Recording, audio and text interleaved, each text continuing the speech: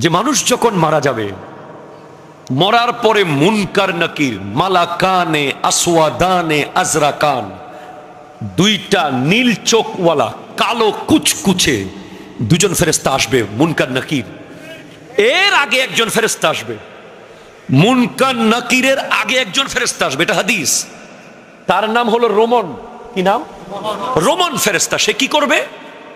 Just বসাবে আপনাকে, আমাকে বসাবে, বসিয়ে বলবে উকতুব আমালাক, তোমার 60 বছর কি কি করেছো সব লেখো।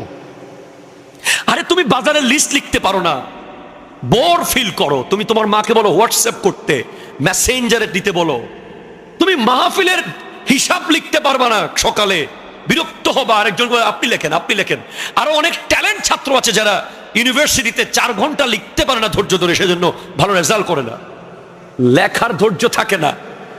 আমরা চিটং ইউনিভার্সিটিতে পড়ার সময় 4 ঘন্টা লিখতে হতো, অনার্সে, first year, second year, third year, fourth year, masters, লিখেছি প্রচুর, 70-80 পৃষ্ঠা করে লিখতে হয়েছে। কিন্তু অনেক আছে লেখার ধৈর্য নাই, কিন্তু ট্যালেন্ট। কবরে আপনাকে 60 বছরের হিসাব লিখতে হবে। আপনি কি মনে করেছেন এত সহজ? 60 বছর, কলম কত, কোথায় পাবেন এত? জিজ্ঞেস করবে ফেরেশতাকে, ওই মইয়াত যাকে তোলা হয়েছে, ওই মুর্দা, ওই ব্যক্তি। ফেরেশতা কলম, হাতের আঙ্গুলকে কলম বানাও, কালি, মুখের থুথুকে কালি বানাও, কাগজ, কাফনের কাপড়কে কাগজ বানাও। আপনি জীবনে আরবি লেখেন নাই, ওখানে আরবি লেখার ক্ষমতা আল্লাহ আপনাকে দেবে। হ্যাঁ, স্পষ্ট আয়াত নেন কোরআন শরীফের, ওয়াকুল্লা ইনসানিন আলজামনাহু তায়রাহু ফি উনুকিহি, প্রত্যেক মানুষের আমলনামা তার গর্দানের মধ্যে লিখিত অবস্থায় রেখে দেওয়া হবে। আপনাকে বলা হবে টুডে ইউ আর দ্য জাজ অফ ইয়োরসেলফ, তুমি তোমার বিচারক। তুমি কি কি করেছো সব এখানে লেখা আছে, তোমার গায়ে কাফনে লেখা আছে, তুমি নিজে লিখেছো। এবার তোমার বিচারে তুমি তোমাকে কি দিবা দিয়ে দাও। তোমার বিচারে তুমি যদি জান্নাতি হও চলে যাও, জাহান্নামী হলে চলে যাও। আপনি একটু ভেবেছেন কখনো যুবক ভাই, আপনি সারা রাজ্যে রিয়াল মাদ্রিদের খেলা দেখেছেন? আপনি লিখতে পারবেন? কথা বলেন না, ঠিক কিনা বলেন না? আপনি যে বার্সেলোনা করে জীবন দিয়ে দিয়েছেন, আপনি যে ইয়ামাহা এফজেডের পিছে যৌবন শেষ করে দিচ্ছেন, আপনি যে R15, আপনি যে রয়্যাল এনফিল্ডের পিছে লাইফ শেষ করে দিচ্ছেন, আপনি আইফোনের মডেল পাল্টাতে জীবন শেষ করে দিচ্ছেন, লিখবেন কিভাবে? কলম চলবে না সেদিন, ঠিক কিনা কথা বলেন? দ্য ফ্যান উইল স্টপ, কলম চলবে না। কলম চলবে কোনটা? ওই যে নামাজ পড়েছেন, নামাজ পড়েছেন, কলম চলবে। রোজা রেখেছেন, কলম চলবে। হালাল খেয়েছেন, কলম চলবে। হজ করেছেন, কলম চলবে। সুন্নাহ পালন করেছেন, কলম চলবে। দান করেছেন, কলম চলবে। মা বাবার খিদমত করেছেন, কলম ঘর ঘর থরথর করে চলতে থাকবে। সুদ খেয়েছেন, কলম আটকে যাবে। প্রচন্ড মারা হবে লেখার জন্য, লেখো, কলম চলবে না। সুদের কথা লিখতে অনেক কষ্ট হবে। ঘুষ খেয়েছেন, রাস্তায় লোহার জায়গায় বাঁশ ঢুকাই দিছেন ব্রিজে, এই কথা বলো, ঠিক কিনা কথা বলো? কলম চলবে না, চলবে না। আল্লাহ শুকরিয়া আদায় করি, আল্লাহ আমাদেরকে আলেমে দ্বীন বানিয়েছে। খোদা কি কসম, আমার পরিবারের, আমার ভাই, ছোট ভাই ডাক্তার MBBS, আমার ছোট বোন MBBS, আমার আরেক বোন ইংলিশে অনার্স মাস্টার্স, আমার আরেক বোন BBA MBA করা, আমার চাচতো ভাই জ্যাঠতো ভাই BCS, সব অফিসার। একমাত্র আমার ঘরে আমি আলেম। কিন্তু I am so grateful to my father. আমি আমার বাবার কাছে চিরঋণী যে উনি আমাকে মাদ্রাসায় পড়িয়েছে। আমি বুঝতে পারছি যে পৃথিবী কি, কবর কি, হাসর কি, হিসাব কি, বিচার কি, জীবন কি। What is my duty? Why আমি এখানে, কেন আমাকে বাঁচিয়ে রাখা হয়েছে? পৃথিবীতে কত মানুষ একদিন থেকেছে, একদিন পরে চলে গেছে। পৃথিবীতে কত মানুষ 1 ঘন্টা থেকেছে, 1 ঘন্টা। পৃথিবীতে কত মানুষ মায়ের পেট থেকে চলে গেছে। আপনি আপনি কেন 20 বছর আছেন, উনি কেন 40 বছর আছে, ইনি কেন 50 বছর আছে? কারণ আল্লাহ আরেকদিন চান, আরেকদিন চান, আরেকদিন চান যে আমার বান্দা আসুক, তওবা করুক, নামাজ পড়ুক, সিজদা করুক। আল্লাহ পছন্দ করে আপনাকে, তাই আল্লাহ চাই যে না, ফেরেশতা রাখো, আরেকদিন থাক, দেখি মসজিদে আসে কিনা। 10 বছর পর সন্তান যদি মা বাবার কাছে ফিরে আসে, ধরেন বউ নিয়ে চলে গেছে 10 বছর ধরে মা বাবার সাথে নাই, 10 বছর পর ফিরে আসলে মা বাবার যে ফিলিংস হয় তার চেয়ে 1000 গুণ বেশি, 1000 কোটি গুণ বেশি খুশি হয় কোন গুনাহগার বান্দা যদি তওবা করে আল্লাহর কাছে ফিরে আসে। Please don't. পৃথিবীর কোন মানুষ, কোন চালাক মানুষ দুনিয়াবাজি করে নাই, বোকারাই শুধু দুনিয়া দুনিয়া করেছে। চালাকরা প্রতিদিন রাত্রে হিসেব করেছে খাতা কলম নিয়ে, আজ কবরের লাগেজে কি গেল। আপনি তিন ঘন্টা সময় দিলে আপনি ঢাকা চলে যাচ্ছেন, ফুল প্রিপারেশন, গামছা, টুথপেস্ট, ব্রাশ, মোবাইল, চার্জার। আপনারা কথা না বললে পারবো না, ঠিক কিনা বলেন না? আপনাকে 3 দিন সময় দিলে আপনি দুবাই চলে যান, কাতার চলে যান, সব রেডি করে। আপনাকে 90 বছর টাইম দিয়েছে আল্লাহ, আপনি হাসরের মাঠে এত অগোছালো কেন? প্রিপারেশন কই? আল্লাহ বলবেন, আল্লাহ বলবেন তোরে 3 দিন টাইম দিছি, তুই কাতার চলে গেছস, তোরে 3 ঘন্টা টাইম দিছি, ঢাকায় চলে গেছস, তুই হাসরের মাঠে আমার সামনে আসার আগে 90 বছর টাইম পেয়েছিলি, তোর লাগেজে কিছু নাই কেন? এত সময় পাওয়ার পরেও কিচ্ছু আনতে পারলি না। সেজন্য মুত্তাকিরাই আল্লাহ ড্রয়িং রুমের সবচেয়ে ভিআইপি মেহমান হবে। ইয়াউমা নাহশুরুল মুত্তাকিনা ইলার রহমানি ওয়াফদা। মুত্তাকি কারা? যারা স্বয়ংের স্বপনে, চিন্তায়, চেতনায় উবুক উবুক আল্লাহ আল্লাহ ডর, আল্লাহ আল্লাহ ডরা, ঠিক না? যখন তখন যাতা করতে পারে না, উবুক না, আল্লাহর ডর রাখ, আল্লাহ আছে, আল্লাহ আছে, ঠিক কিনা বলেন না? এরাই মুত্তাকি। বাস, the session of gents close, পুরুষদের সেশন শেষ। যেহেতু আমার অসংখ্য নারী বোনেরা আছে, তাদের জন্য 15 মিনিট না বললে হক আদায় হবে না। ওনারা ফলো করবে কাকে? হলিউডের কোনো নায়িকাকে? বলিউডের, ডালিউডের না, ওনারা ফলো করবেন উম্মাহাতুল মুমিনিন, আমার নবীর বিবিগণকে। সুবহানাল্লাহ, জোরে জোরে বলেন না, বলেন না, বলেন না। আপনি এখন গিয়ে জিজ্ঞেস করেন, 3 জন বিবির নাম জানবে না। এটা ওনাদের দোষ না, প্যারেন্টসদের দোষ। আপনি বাসায় স্মার্টফোন দিয়েছেন, ইন্টারনেট দিয়েছেন। সেদিন একটা ইউটিউবে ভিডিও দেখেছি, এক নারী, তার বয়স প্রায় 20 থেকে 22 বছর হবে, তাকে জিজ্ঞেস করা হচ্ছে বাংলাদেশের সুপারস্টার নাম কি? সে বলছে সাকিব আল হাসান, সাকিব খান, দুজনের নাম বলেছে। এরপর বলছে আর সুপারস্টার ইন্ডিয়ার, ভারতের, বলে সালমান খান। হলিউডের টম ক্রুজ। এশার নামাজ কয় রাকাত? আর পারে না। এখন আছে সেই ভিডিও ইউটিউবে। হ্যাঁ, এটাই বাস্তবতা। আপনি এখানে জিজ্ঞেস করলে এখন 11 জন প্লেয়ারের নাম গড় বলে দিবে। আপনি এখন 10 জন জান্নাতের সুসংবাদ প্রাপ্ত সাহাবার নাম জিজ্ঞেস করেন তো, 5 জনও পারবে না। কেন? কেন পারবে না? কারণ আপনার বাসায় তো physics, chemistry, biology, geography, algebra, grammar দিয়ে একেবারে সকাল থেকে রাত পর্যন্ত তাকে আপনি বিজি করে দিয়েছেন। আমি কি রং বললাম কিছু?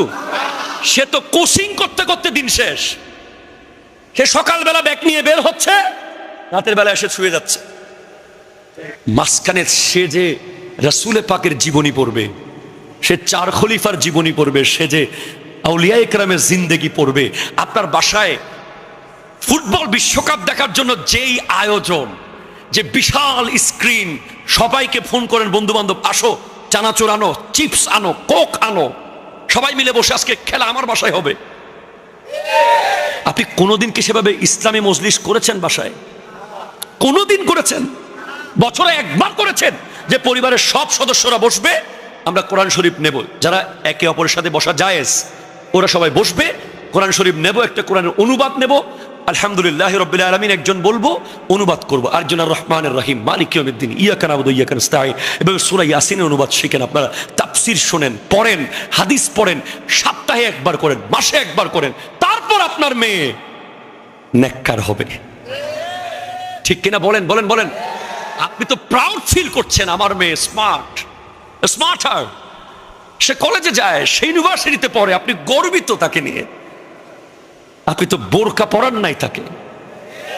দোষ প্রথমে আপনার, ঠিক কিনা বলেন। As a father, as a brother, as a son, as a husband, fourth of you will responsible. 4 জন দায়ী থাকবে এজন্য, 4 জন। একটা নারীর জন্য 4 জন পুরুষকে জাহান্নামে যেতে হবে, 4 জনকে, বাবা, স্বামী, ভাই, সন্তান।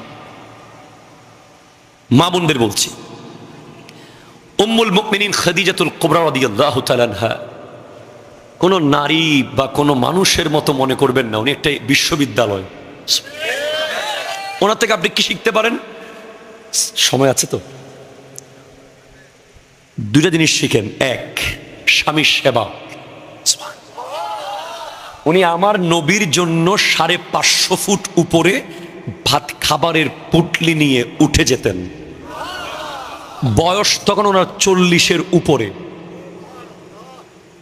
আবার এমন প্লেন রোড, এখন যে মক্কায় গেলে আপনি দেখবেন গারে হেরাতে এখন যে সিঁড়ি করে দেয়া হয়েছে, যেই সুযোগ তখন ছিল না। কাটা পাথর, সাপ, বিচ্ছু, বাঘ, ভাল্লুক, এর ভিতরে স্বামী তোর স্বামী নয়, রাসূলুল্লাহ সাল্লাল্লাহু আলাইহি ওয়াসাল্লামের জন্য উনি খাবারের পুটলি নিয়ে উঠে যেতেন 550 ফুট উপরে। সেকেন্ড ওয়ান, মক্কার সব পয়সাওয়ালা নারীরা ওনাকে অ্যাভয়েড করা শুরু করলো। এই খাদিজা, তুমি এক এতিমকে বিয়ে করেছো, তুমি এত বড় বিজনেসম্যান, এত বড় এডুকেটেড ফ্যামিলির নারী, এলিট সোসাইটি বিলং করো, তুমি একটা এতিমকে শাদী করেছো। উনি গর্বের সাথে বলেছেন, তোমরা যাকে এতিম বলছো তার কদমে আমি জান্নাত দেখেছি। আমাদের মা বোনরা তো স্বামীকে একেবারে কেমনে পচাই ফেলবে। পুকুর ঘাটে চাল ধুইতে ধুইতে শেষ, স্বামী শেষ করে দিছে একেবারে। আরে কইও না, কি একটা বিয়ে করছি, জীবনে কিচ্ছু পাই নাই, এক বড়ি স্বর্ণ দেয় নাই, একটা ভালো শাড়ি দেয় নাই। No, my dear mother, sister, concentrate, listen to me. আপনার স্বামীকে আপনার জন্য লিবাস বলা হয়েছে কোরআনে। আল্লাহ কোরআনে অনেক উদাহরণ দিতে পারতেন স্বামী স্ত্রীর। আল্লাহ বলতে পারতেন স্বামী স্ত্রীর জন্য চাঁদ, স্ত্রী স্বামীর জন্য সূর্য, বলতে পারতেন স্বামী স্ত্রীর জন্য তারা, স্ত্রী স্বামীর জন্য ফুল। পৃথিবীতে কত কিছু ছিল উদাহরণ দেয়া, কিন্তু আল্লাহ বলছেন হুন্না লিবাসুল লাকুম ওয়া আনতুম লিবাসুল লাহুন্না। স্বামী হলো স্ত্রীর কাপড়, স্ত্রী স্বামীর কাপড়, জামা। কেন কেন কেন? আল্লাহ তো হাকিম। আল্লাহর প্রতিটা কথায় কত গভীরতা আছে। মুফাসসিররা লিখতে লিখতে লাস্টে বলছে আমি শেষ করতে পারবো না, আর অনেক রয়ে গেছে। হ্যাঁ জি, শোনেন, কাপড় আমি একটু পরে বাসায় গেলে ইনশাআল্লাহ চশমা রেখে দেব, ওয়াইড ড্রয়ের উপরে রেখে দেব, টুপি জায়গায় রেখে দেব, ঘড়ি খুলে রেখে দেব, মোবাইল চার্জে লাগিয়ে দেব। বাট কাপড়, কথা বলা থাকবে কি থাকবে না? কোন মুসলমানের কাপড় 1 মিনিটের জন্য গায়ে থেকে সরবে না। ইভেন সে ওয়াশরুমে গেলেও সে কাপড় ছাড়া থাকবে। এটা তাকওয়ার খেলাফ। সবসময় আপনার গায়ে কাপড় থাকতে হবে। আর এমনিতেই পুরুষ মানুষ সিনার এই জায়গাটা দেখানো উচিত না। এটা যদি আপনি দেখান কোনো অন্য মানুষকে, আপনার জেহেন কমে যেতে পারে। এই জায়গা দেখাবেন না কাউকে, সবসময় ঢেকে রাখবেন। তো এবং স্ত্রীর সাথেও ইন্টিমেসি যখন চলবে, তখনও আপনার একটা আলাদা ব্যক্তিত্ব থাকতে হবে। ঠিক কিনা বলেন না? একদম কাপড় চোপড় ছাড়া থাকে না কোনো মানুষ। ইভেন কবরে গেলেও কাফনের সুরতে কাপড় আছে না নাই? তাহলে কি বুঝলেন? বিবি হলো স্বামীর কাপড়, মানে এটা ডিভোর্স দেওয়ার জিনিস না, এটা কথায় কথায় ছেড়ে দেওয়ার জিনিস না, বিবির জন্য স্বামী কথায় কথায় বের করে দেওয়ার জিনিস না। এটা কাপড়ের মতো সব সময় জীবনে লেগে থাকবে। কথা জোরে বলেন, ঠিক কিনা? কাপড়ের কাজ কি? ভিতরে দাগ, বিচি, স্পট এগুলো ঢেকে রাখা, এবং স্বামীর দায়িত্ব তার বিবির সব দোষ ত্রুটি ঢেকে রাখা। স্ত্রীর দায়িত্ব তার স্বামীর সব দোষ ত্রুটি ঢেকে রাখা। কথা জোরে বলেন, ঠিক কিনা? আমার মা বোনেরা, খাদিজাতুল কুবরা রাদিয়াল্লাহু তাআলা থেকে এই জিনিসটা নেন। আর উম্মুল মুমিনিন আয়েশা সিদ্দিকা রাদিয়াল্লাহু তাআলা থেকে একটা জিনিস নেন, উনি উপরের মানুষকে তো পর্দা করতেন, কবরের মানুষকেও পর্দা করতেন। আমার মা বোনেরা এখন তো যে বিয়ে বাড়িগুলো হয়, খাগড়াছড়িতে আছে কিনা আমি জানি না, 5-6টা ক্যামেরাম্যান ডিএসএলআর, ডান দিক থেকে একজন তুলতেছে, বাম দিক থেকে একজন, পিছন থেকে একজন, সামনে থেকে একজন। একটা নারীর ছবি কত পুরুষের কম্পিউটারে, কত পুরুষের মোবাইলে, সেই নারীর পেট থেকে কোনোদিন অলি বের হতে পারে না, সন্ত্রাস বের হতে পারে। কথা জোরে বলেন ঠিক কিনা? কেমনে আপনি ভালো ছেলে আশা করবেন? আপনার বিয়ের সময় এতগুলো পুরুষ। আমার পরিবারে একটাই কমপ্লেন আমাকে নিয়ে, আমি কোন আত্মীয়র বিয়েতে যাই না। সবার একটা কমপ্লেন, উনি অনেক বড় হুজুর হয়ে গেছে, বিয়ে আমি কেমনে বিয়েতে যাব? বিয়েতে যা চলে, মাঝে মাঝে ফ্লাইওভার শট চলে। আবার ক্লাব থেকে বের হয়ে কমিউনিটি সেন্টার থেকে একবার দেখি মাহফিল থেকে আসার সময় ফ্লাইওভারের সামনে গোটাগাড়ি জাম। কি হলো দেখি, একটা ফ্লাইওভারের পাশে কমিউনিটি সেন্টার, বউ সহ বের হয়ে ফ্লাইওভারের ছবি তুলতেছে। আপনি অবাক হবেন যে এটা না ছবি তুলছে, এটা বড় ব্যাপার না, ছবি তোলাকে এখন জায়েজ মনে করতেছে। দুঃখটা এই জায়গায় যে ওনারা মনে করতেছে এগুলো কোনো গুনাহই না, এগুলো ইউজ টু হয়ে যাচ্ছে। আরো কি বলে, অমুক করতেছে তো, তমুকের বোন করছে না, অমুকের বিয়ে তো হয়েছে না। আরে এগুলো হুজুর সবাই করে। 2024 সালে এসে এগুলো কি বলতেছেন? খ্যাত হুজুর এটা বলবে এখন না। ইসলাম 2024-এর ইসলাম না। ইসলাম 1500 বছর আগে যা দিয়েছেন, আজকেও সায়েন্স, আরেকবার কখনো আসলে আপনাদেরকে আমার নবীর প্রত্যেকটা সুন্নাহ সায়েন্টিফিক ব্যাখ্যা আমি দিয়ে যাব। সায়েন্স যেখানে শেষ হয়েছে সেখান থেকে ইসলাম শুরু হয়েছে। আপনি ইউ উইল স্ট্রেঞ্জ, ইসলাম সবচেয়ে আপডেট আধুনিক ধর্ম। এটাকে আপনি পুরাতন বলে হিংসে করতে পারবেন না, লো ক্লাস করতে পারবেন না। আধুনিক মানে বেহায়া না, কথা কয় না। আধুনিক মানে কি বেহায়া হয়ে যাওয়া না, হায়ার ভিতরেও আধুনিক হওয়া যায়, লজ্জা রেখে আধুনিক হওয়া যায়। মা বোন, বস শেষ কথা শোনেন। আয়েশা সিদ্দিকা রাদিয়াল্লাহু তাআলা আনহা আমার নবীর রওজায় যখন যেতেন, নবীজি দুনিয়া থেকে পর্দা করার পর তেমন কঠিন পর্দা করতেন না উনি। পরে যখন সিদ্দিক আকবর ইন্তেকাল করলেন, তাও বেশি কঠিন পর্দা করেন নাই। যখন ওমর ফারুক আজম ইন্তেকাল করলেন, উনি মজবুত একটার উপরে একটা কাপড় দিয়ে কঠিন পর্দা করে গিয়েছেন। জিজ্ঞেস করা হলো কেন এতদিন যান নাই কেন? বলে আগে ছিল স্বামী নবীজি, স্বামীর কাছে বিবিকে এত মজবুত পর্দা করতে হয় না। পরে ছিল বাবা সিদ্দিক আকবর, বাবার কাছে মেয়ে হিসেবে এত বেশি পর্দা আমি কঠিন করি না। কিন্তু এখন ওমর, ওনার সামনে আমার পর্দা করা ফরজ, সেজন্য আমি সবচেয়ে কঠিন পর্দা করেছি। তো ওমর ফারুক আজম উপরে না, কবরের ভেতরে। তো বোন, মা, প্লিজ, আমার নবী মেরাজ থেকে এসে সবচেয়ে বেশি নারীদেরকে জাহান্নামে দেখেছেন। তার কয়েকটা কারণের মধ্যে একটা হলো স্বামীর আমানত খেয়ানত করা। আপনার স্বামী বিদেশ, দুবাই, সৌদি আরব, আমেরিকা, আপনি পর পুরুষের সাথে কথা বলা হারাম। আপনার বেডরুমে আপনার দেবরের প্রবেশ করা হারাম। কথা বলেন ঠিক কিনা? আলহামু আল মউত, হাদিস বলেছে দেবর হলো মৃত্যুর মতো। হ্যাঁ, আপনার সামনে কোনো পুরুষ আসলে আপনি জাস্ট কড়া কথা বলতে হবে, আপনার ভাই নাই পরে আসেন। আপনি এটা বললে হবে না যে চা দেব, চিনি কম না বেশি, চিনি হয়েছে তো। এই কথা বলতে বলতে শয়তান চিনি হয়ে যাবে, এই চিনি হতে দেওয়া যাবে। খুব কড়া, আপনার ভাই নাই পরে আসেন, শেষ এক লাইন, ঠিক কিনা বলেন না? নাহলে আপনি বাঁচতে পারবেন না, ফিতনার যুগ। আল্লাহ বোঝার তৌফিক দান করুক। আমরা মাহফিলে গেলে অনেক নারীরা আশেপাশে ঘরের দরজা থেকে, জানলা থেকে ডাক দেয়, হুজুর একটু দেখতে, না চোখ লাল, বলে কিরে হুজুর এত অহংকারী কেন? এটা অহংকারী না, আমি আমাকে বাঁচাতে হবে। কারণ আমি যে ওয়াজ করছি, আমি যদি আমল করতে না পারি, আমার জিহ্বা আগে কাটা হবে। সো আপনাদেরকেও বলছি, আমার মা বোনদেরকে বলছি, আপনার স্বামীর আমানত আপনার আপাদে মস্তক, আপনার বেডরুম, আপনার চেহারা, আপনার ড্রেস, ইভেন আপনার কাপড় শুকাবেন গোপনে। আমার মা বোনদেরকে বলছি, আল্লাহ তাআলা আমাদেরকে নবীগণের বিবি, আমার নবীর বিবি সাহেবা, আমাদের আম্মাদেরকে ফলো করার তৌফিক দান করুক। প্রত্যেক নারীকে গাউসে পাকের আম্মার মতো মহিষী হওয়ার তৌফিক দান করুক। আল্লাহ তাআলা আমাদের মাহফিলকে কবুল করুক।